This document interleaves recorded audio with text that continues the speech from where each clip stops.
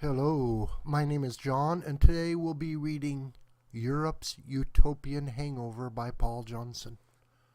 This is a timeless article, and for this reason I'm including it with True Family Values TV. One thing history teaches over and over again is that there are no shortcuts. Human societies advance the hard way. There is no alternative. Communism promised utopia on Earth.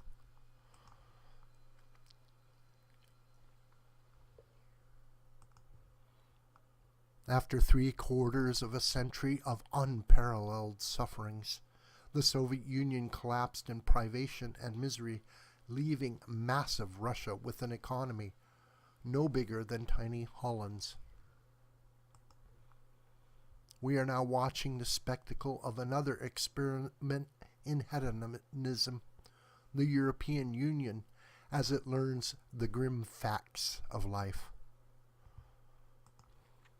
The EU is built on a fantasy that men and women can do less and less work, have longer and longer holidays, and retire at an earlier age while having their income in real terms and their standard of living increase. And this miracle is to be brought about by the enlightened bureaucratic regulation of every aspect of life.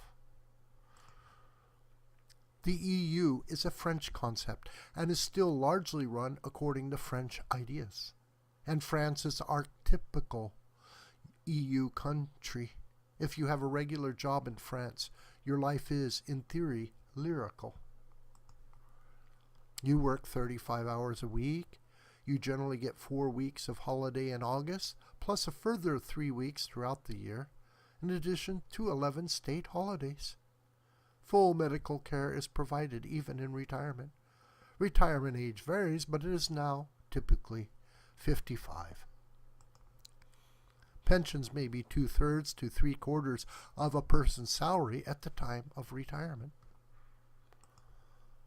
All this is wonderful, but is dependent, even in theory, on the European Union's expanding continuously, its economy running at full throttle, its productivity steadily increasing, and a profound peace cocooning the world in a nest of luxurious tranquility.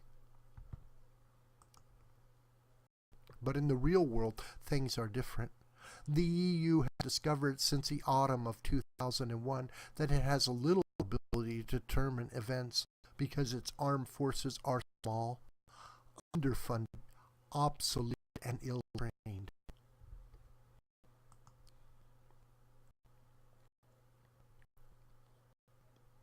Apart from making trouble at the UN, France and Germany, those two former military giants that once made the world tremble, have been mere spectators. Now France, followed by a still more reluctant Germany, is being obliged to take defense seriously for the first time in many years, thus upsetting all its budget calculations. France received a shock this summer when more than 10,000 of its elderly citizens died in distress during a heat wave, some while supposedly under medical care in hospitals. Thanks to the 35-hour work week and the long August holiday, these institutions were short-staffed. The families of those who died were on holiday, too. Yet another shock, and at the same time, the French government discovered that its unemployment benefit plan for part-time workers in the entertainment industry, though generous, was underfunded and in danger of imminent collapse. The government suddenly decided to cut the benefits radically. As a result, the workers went on strike, and virtually all the great cultural festivals that are the pride of France's tourist industry had to be cancelled. Reality bites. These are all symptoms of a painful disease, a continental depression born of the realization that European Union prosperity is a house built upon sand. While the American economy is picking up, the EU's remains in stagnation, bordering on recession. The 35-hour work week is splendid, provided you have a job. But what of the growing millions who are out of work and whose Social Security payments are now threatened with reduction or cut-off dates? Unemployment, already high, is rising in France and Germany. In virtually every industry, there are plans to shrink the workforce. People have become too expensive, especially in France and Germany, where Social Security payments cost an employer almost as much as wages. In a desperate attempt to get its economy moving, France is set to cut income taxes, though this will raise its deficit to a level strictly forbidden by the rules governing the common European currency, the euro.